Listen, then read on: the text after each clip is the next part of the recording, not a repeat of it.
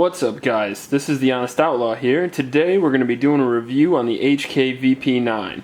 I'm going to tell you some really good things about this pistol, and honestly, I got some bad things to say about it too. We're going to start out by talking about what comes in the box. It comes with the pistol here, your polymer frame striker fired VP9, shoots a 9mm cartridge. Comes with the box itself, with all the grip panels in there that we're going to talk about in a little bit. 2 magazines. Feel like it should come with a little bit more, but that's what you get from H&K. Sticker, another gun lock, as if you guys need more of those, and the operator's manual.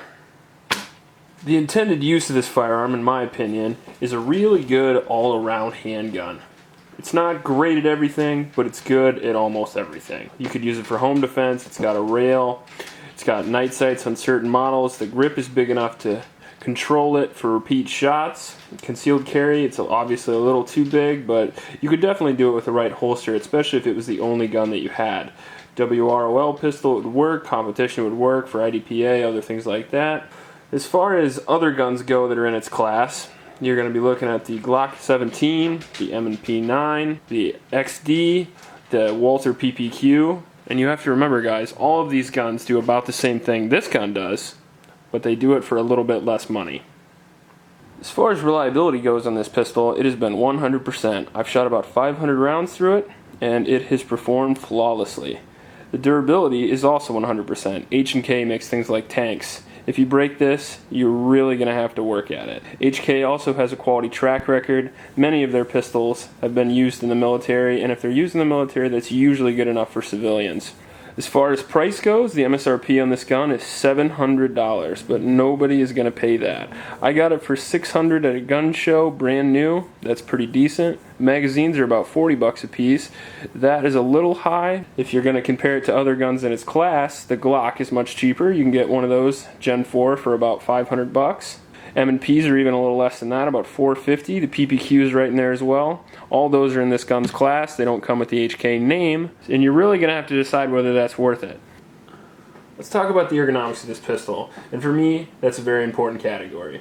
The weight on this is 29 ounces, which is comparable to most other guns in its class. The Glock's a little lighter. I believe the XD is a little bit heavier. M&P's probably right around the same. It's got good balance. 7 inches long, which aids in sight radius. It also helps control muzzle flip a little bit. The barrel is 4 inches long, and it is cold hammer forged. It has no safety on it, which is a big plus if you're carrying it. It's got a European style mag release, which I can't get used to personally. I know that you can get used to it in training, but I just can't stand it. Every time I'm going to reload, I look for that button, and it is not there. It just costs you time. Another thing that I really didn't care for is the slide release. I'm not sure what it is about it, but every single time I shoot, I rest my thumb right on that thing, and when the gun goes empty, the pistol does not lock back.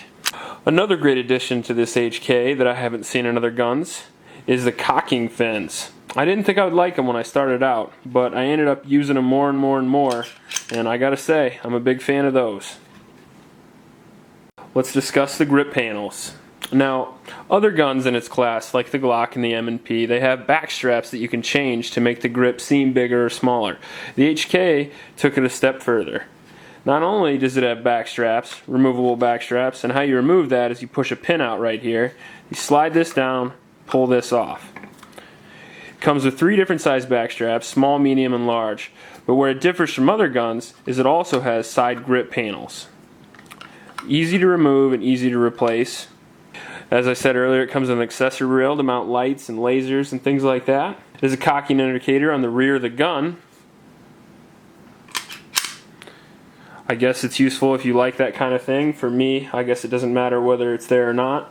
It has a flat recoil spring, which I personally don't think helps that much, considering the recoil on this gun is about the same as the Glock 19, which is smaller and lighter.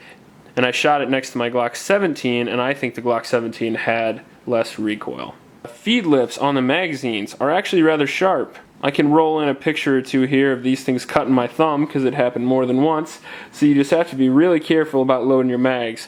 When I loaded it on video, I actually put a glove on the entire time. Firepower is 15+1, which is pretty good until you reload a mag and cut your thumb. Accuracy, though, is where this gun really shines. It's really the selling point of the gun. As far as the sights go, they're easy to pick up, they're bright, 3-dot sights are always better than the Glock Square.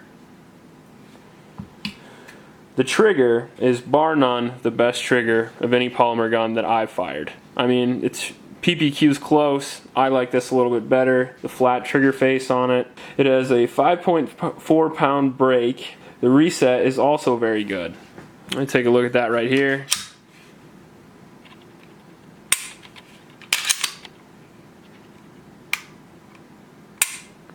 Better than your standard Glock anyway. As far as takedown and maintenance goes, it's fairly easy to take apart. It's got a takedown lever here.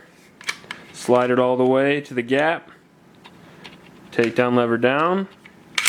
You just pull the slide right off. Pull your guide rod out like that. Barrel comes right out. It goes together the same way. Now, even though I didn't personally like this gun as much as I thought I would, it's still a very good gun, and most of the things that I don't like about it are personal preferences. I would consider this gun to be a solid 8 out of 10. It would work for almost every situation that you could put it in. Make sure to like and subscribe if you like the video. Leave a comment if you think I could have done something better. Believe me, I'm new at this, so I could use the comments. Thanks for listening, guys. This was the Honest Outlaw. Please help your local homeless shelters and make sure to recycle, or my wife will find you.